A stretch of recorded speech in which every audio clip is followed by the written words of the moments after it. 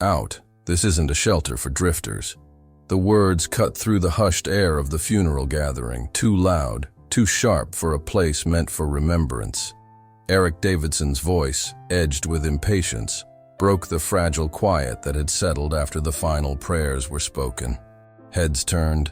The soft clatter of a coffee cup set down too quickly echoed across the room, but no one spoke. Jonathan Blake stood near the tall windows, the late afternoon sun casting a halo of pale light across his black suit. His tie was straight, the small American flag pin on his lapel glinting faintly.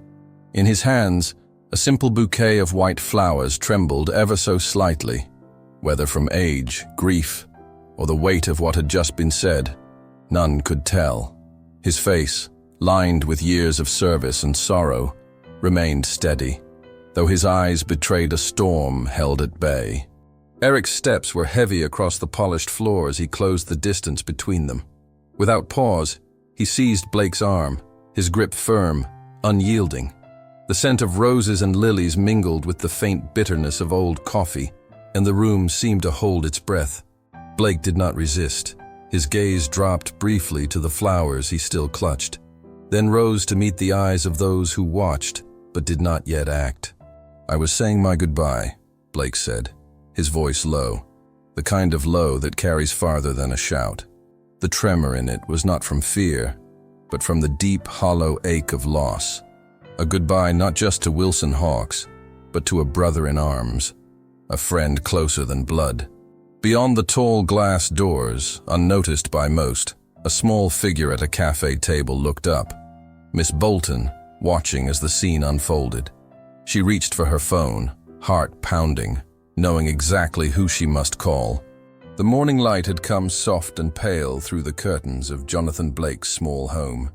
The room was plain, but everything within it spoke of a life lived with purpose. A framed photograph of a young man in uniform rested on the mantel. Blake himself, in the vigor of his early years, his brother by his side.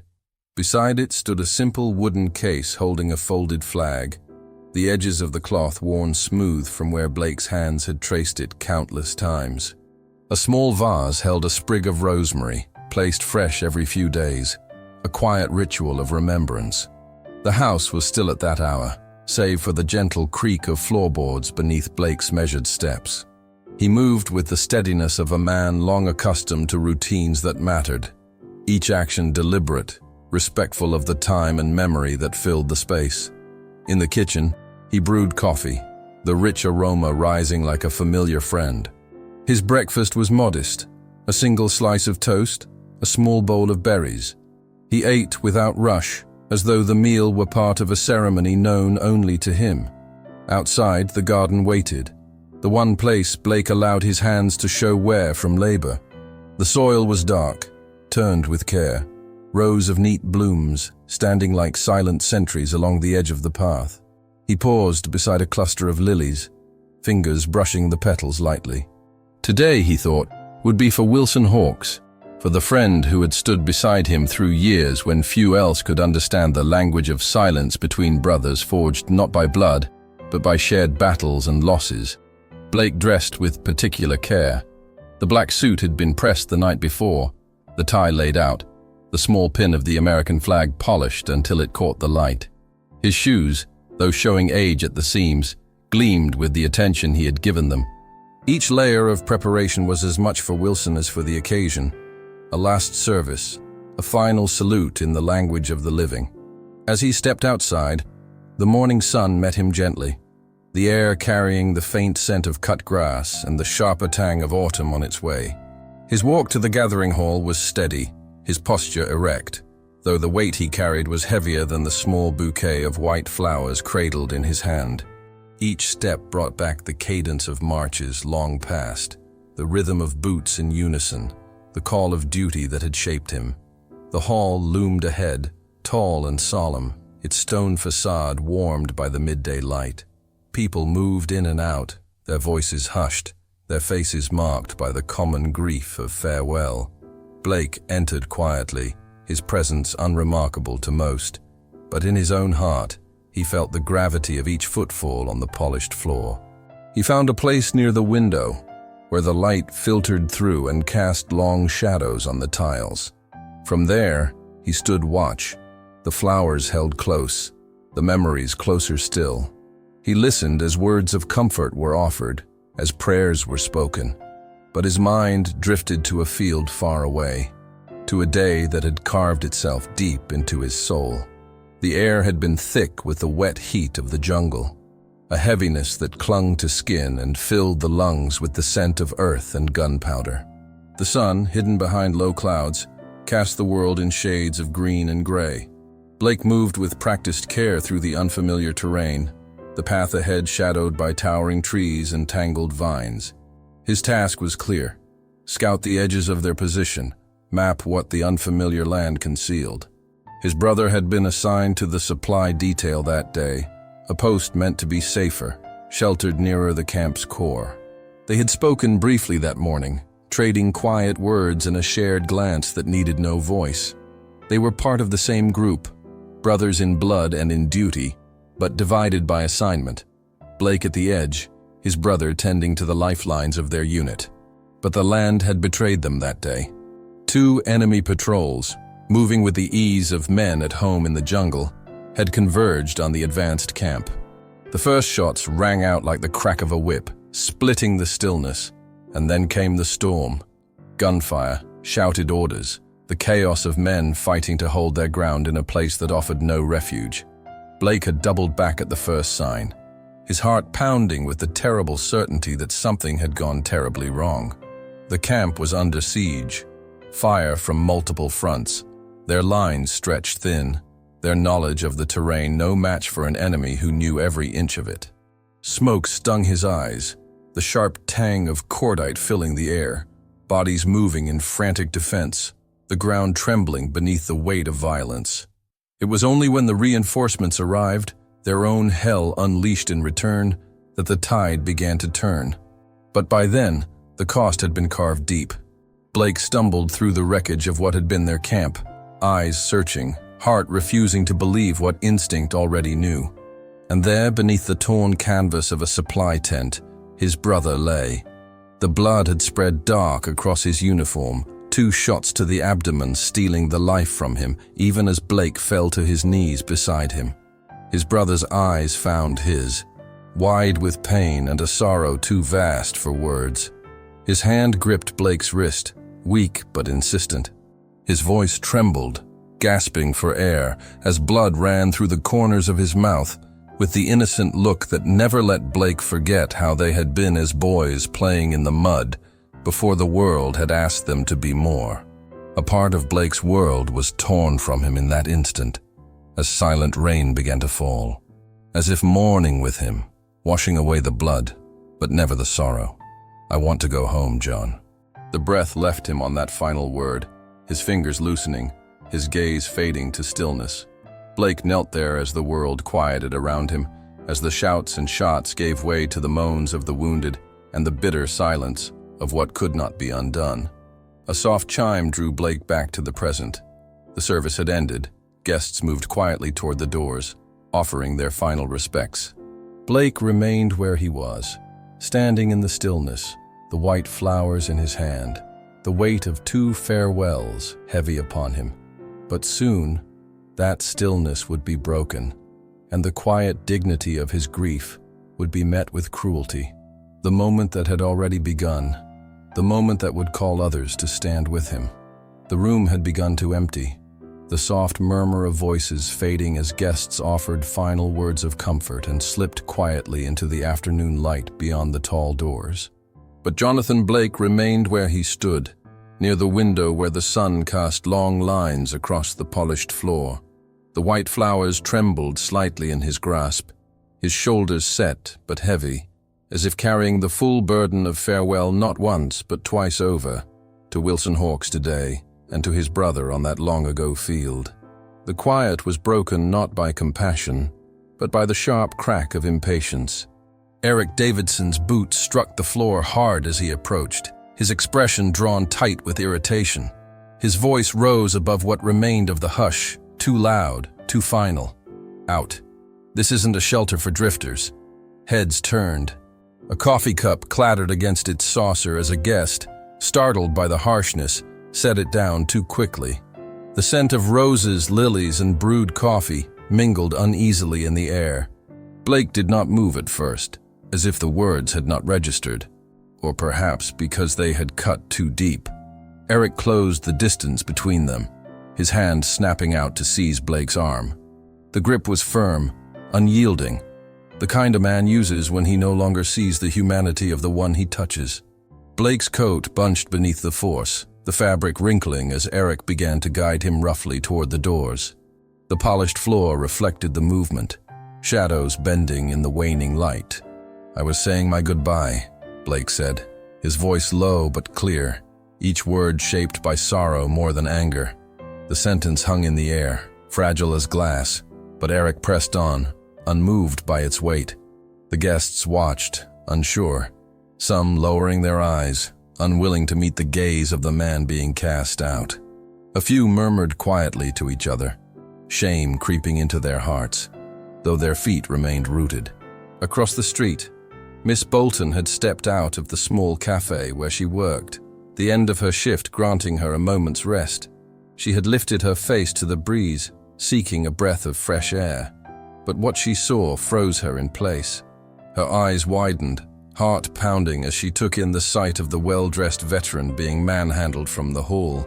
Blake's black suit, the polished shoes, the small flag pin on his lapel, all spoke of dignity, of purpose, of mourning. Without hesitation, her fingers found her phone. She dialed swiftly, each ring tightening the knot in her chest. "Dad," she said when Liam Bolton answered, her voice low but urgent. "They're throwing out a veteran. He looked so heartbroken. Please, can you come?" Beyond the glass doors of the hall, Blake was pushed out into the daylight, the brightness harsh after the shadowed interior. The flowers in his hand bent beneath his grip, the petals bruised by the force of what had just been done. The door clicked shut behind him, a sound that seemed to echo louder than it should have. Passers-by on the sidewalk paused, drawn by the sight of the man standing alone, the weight of humiliation settling on his shoulders. A few guests from the service followed out, their faces marked by uncertainty, by regret that they had not found their voices sooner. The breeze tugged at Blake's coat, carrying with it the scent of the flowers he still held, a scent that now mingled with the bitterness of the moment. And somewhere nearby, Liam Bolton's boots found the ground in steady stride, drawn by his daughter's call, by the unspoken promise that no man who had given so much would stand alone. The door of the funeral hall closed behind Jonathan Blake, with a soft but final click, the sound too small for the enormity of what had just occurred. The light outside was clear, the kind that reveals everything without mercy. Blake stood motionless for a moment, the white flowers in his hand bent and bruised, their petals trembling in the breeze that carried the faint scent of cut grass and warm stone. His black suit, once immaculate, now bore the wrinkles of the rough grip that had forced him out. The small flag pin on his lapel glinted in the sun, a quiet symbol of the service Eric Davidson had chosen not to see. Inside the hall, the murmurs had not yet died. Some guests stared at their hands, at their feet, at the floor that reflected the shame of what they had allowed.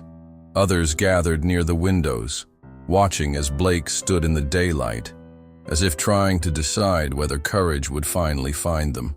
The air was heavy with regret, the kind that fills a room when dignity has been slighted and no one spoke soon enough to stop it. On the sidewalk, passers-by slowed, their eyes drawn by the sight of the man who stood so still, the flowers in his grasp more like a flag of surrender than the offering they had been meant to be. Some recognized the cut of his suit, the bearing of his posture, the quiet strength that no cruelty could erase. Whispers rose, soft at first, questions without answers, the first sparks of awareness kindling where apathy had ruled.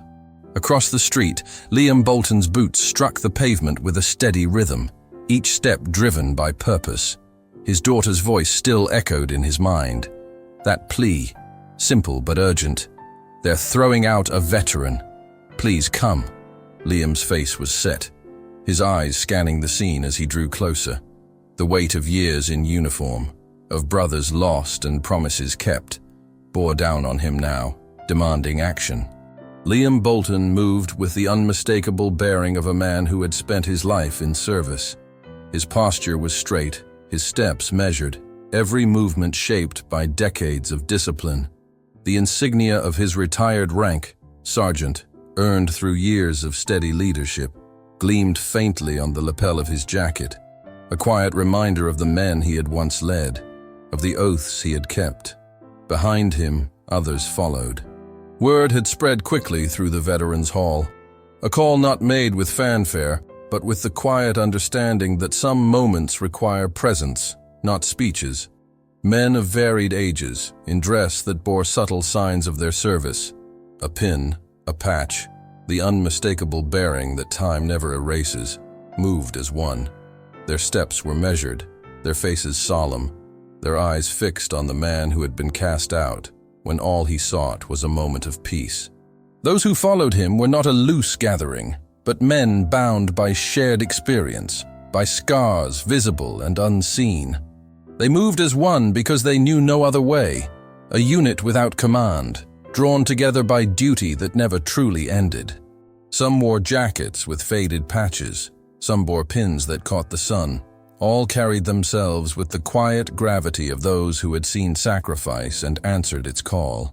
They reached the steps of the hall without a word, and there they formed a line, shoulder to shoulder, a wall of quiet defiance against the wrong that had been done. The breeze stirred their jackets, the light caught on polished insignia and weathered hands. The street hushed beneath the weight of their stance, as if the world itself understood that this was a moment to bear witness.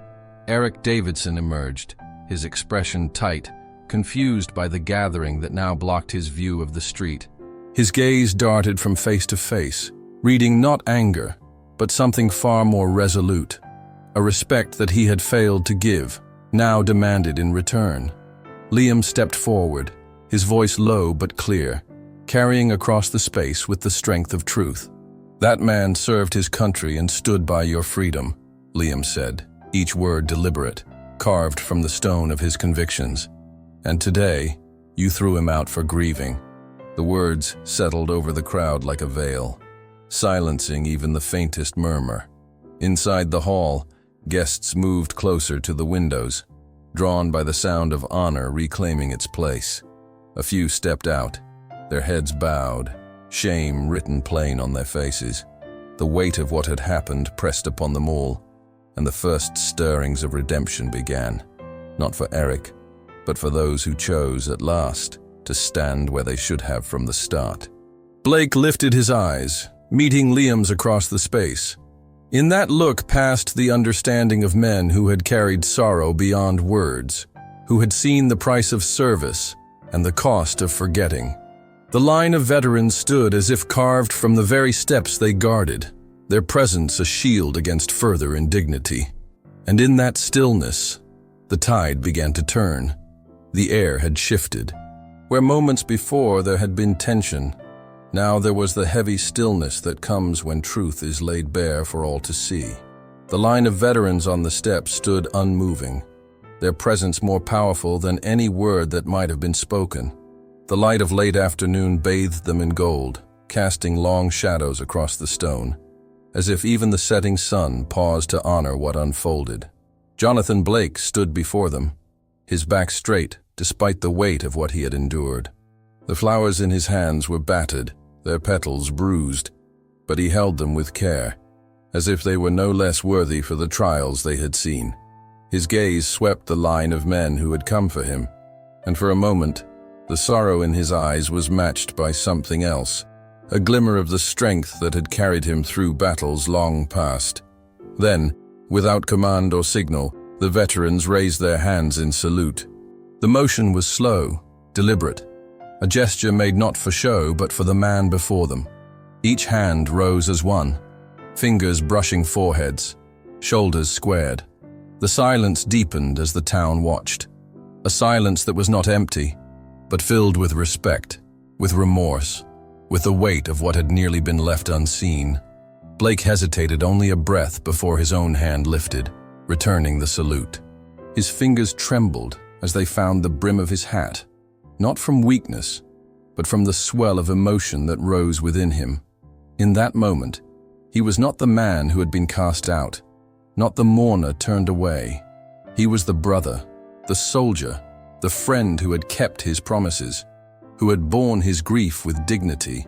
The first sound of applause came quietly, almost tentative, the hands of a bystander meeting, once, twice, then gaining strength as others joined. It was not loud, not the applause of celebration, but of recognition, of thanks long overdue. The sound filled the space, rolling gently through the crowd, up the steps, and through the open doors of the hall where guests had gathered at the windows, drawn by the sight. Eric stood frozen for a moment, his face flushed, his jaw tight with rage he could no longer direct. His eyes darted across the crowd, searching for support he would not find. Then, with a sharp breath through clenched teeth, he turned on his heel and strode back into the building. His steps were quick, uneven, the echo of his boots lost beneath the rising sound of respectful applause. His hands clenched at his sides, knuckles white, as froth gathered at the corners of his mouth from the words he muttered under his breath. Fragments of frustration, of denial, of a man who could no longer command the moment. The door swung shut behind him, cutting him off from the world that had chosen honor over his pride. Faces appeared at those windows, some wet with tears, some pale with regret, all marked by the knowledge that they had witnessed something greater than words. A few stepped outside, joining the gathering at the steps, their heads bowed, hands folded in front of them. The sound of clapping grew, joined now by those who had stood silent too long. Even the cafe patrons across the street rose from their seats, drawn to the scene, moved by the quiet power of what they saw. Miss Bolton stood among them, her eyes bright, her heart full at the sight of her father and the men beside him. And in the space between the clapping hands and the saluting men, Blake walked forward. The veterans parted for him, forming a corridor of honor, their salutes held until he had passed. The sound of his footsteps on the stone steps was soft, but it carried. The sound of dignity reclaimed. The applause that had filled the air that day did not fade from memory as the sun set. It echoed in the hearts of those who had witnessed it, in the quiet conversations that followed on porches and over kitchen tables, in the way eyes met with a shared understanding that honor had been nearly overlooked and then restored. But not for Eric Davidson. His retreat into the building that afternoon, his flushed face and clenched jaw, the muttered fragments of anger he could not voice, all of it marked the beginning of a different path. Word spread swiftly through the town. What had begun as whispers became a call for accountability, voices rising not in vengeance, but in the steady insistence that dignity could not be trampled without answer. A petition was drafted, first in the Veterans Hall, then carried shop to shop, door to door. Signatures gathered quickly, not out of spite, but from the collective belief that what Eric had done was not a single misstep, but a reflection of deeper wrongs left unchecked. Stories began to surface, quiet at first, but gaining strength as courage found its voice. Patrons of the hall spoke of times when Eric's temper had flared, when elderly guests had been spoken to with contempt or rushed out without cause. A former employee shared how she had left after seeing an older couple humiliated at a community dinner. The threads wove together, forming a picture that could no longer be ignored. Reporters came, drawn by the quiet storm that had gathered in the town. They spoke to those who had seen that day, who had signed the petition, who had once stayed silent, but now chose to speak. The story grew, not sensationalized, but told with the gravity it deserved. The story of a man who had failed to see the worth in others, and of a community that chose, at last, to stand. Eric fled before the tide fully turned. He left the town, seeking refuge in another place where he believed he could outrun what had been set in motion. But dignity follows its own path, and justice, once called, does not forget. The petition reached beyond the borders of the town. Authorities began to listen. Victims and witnesses stepped forward, their words steady, their memories clear. 3 months passed. Then came the day when the charges were filed, when the past Eric had tried to leave behind found him at last. His name, once spoken with reluctance or fear, was now written in the records of those who had chosen to answer wrongdoing with truth. And in that, the town found a measure of peace, not in his fall, but in the knowledge that respect had been reclaimed, that silence had not won. The days turned quietly after justice found its mark. The town returned to its rhythms, the hum of conversation at the cafe, the slow passing of neighbors along tree-lined streets, the familiar ring of the church bell marking the hours. But beneath that gentle pace lingered a change, a deeper respect that had taken root, woven into the small, unspoken gestures of daily life. People lifted their eyes a little more readily to greet one another, held doors open a little longer, remembered in small ways what dignity asked of them. Jonathan Blake walked those streets as he always had, his steps measured, his bearing steady. The black suit was carefully stored away now, but the small flag pin remained on his lapel, a quiet companion to every day that followed. The garden at his home flourished under his care, the rows neat, the soil dark and rich beneath his hands. And on this day, a day of soft light and gentle breeze, Blake prepared the simple offering he had planned. He carried the fresh white flowers in both hands, their petals bright against the worn path he followed.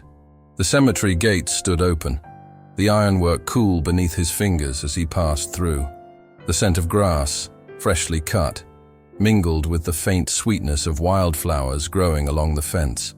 Birds called softly from nearby trees, their song a quiet accompaniment to his steps. At the grave of Wilson Hawks, Blake knelt. His fingers brushed the small flag that stood there, adjusting it with care so that it caught the breeze just so. The flowers he laid gently at the stone's base, their stems resting where shadow and sun met. For a long moment he remained still, his head bowed, his thoughts his own. But in his heart, he spoke the promise again, that no brother would be forgotten, that no sacrifice would fade. The sun dipped low, casting the grave in a soft golden glow. The breeze carried the scent of the flowers and the quiet strength of a man who had given his best and kept his word. The camera would linger, if it could, on that final image. Blake's silhouette against the evening sky, the flag stirring, the flowers bright against the stone. The light of evening faded gently, but the memory of what had been witnessed endured. The story of Jonathan Blake was not one of anger or retribution, but of quiet strength, of dignity reclaimed, of a promise kept across time and loss. It was a reminder that respect is not owed by uniform alone, but by the humanity shared in every small act of remembrance. Today, we remember. Always forward. If stories like this resonate with your heart, like and subscribe for more untold moments of honor and kindness. Let us know where you are watching from, and if this moment brought back memories you carry with you. The best way to honor their memory is to keep listening. Click on the suggested video now, and we'll walk together through another untold chapter of courage and sacrifice.